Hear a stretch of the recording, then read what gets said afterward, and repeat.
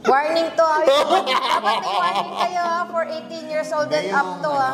Ikaw, ano masasabi mo? Bilang point of view ng lalaki. Kung ang titignan natin ay yung mga preference body parts na gusto ng lalaki sa babae, para sa akin, depende kasi yan sa type mo. May lalaki na ang gusto, malaki yung ganyan, o kaya malaki yung pero depende yun sa lalaki. So may lalaki na hindi naman din gusto ng ganon. Correct. May lalaki na gusto hindi malaki yung sa partner niya, ganon. Hindi, para kasi sa akin ever since ang gusto ko talaga sa babae yung yan, ganyan, katulad mo, yung palaayos, tsaka maano. Ano maano?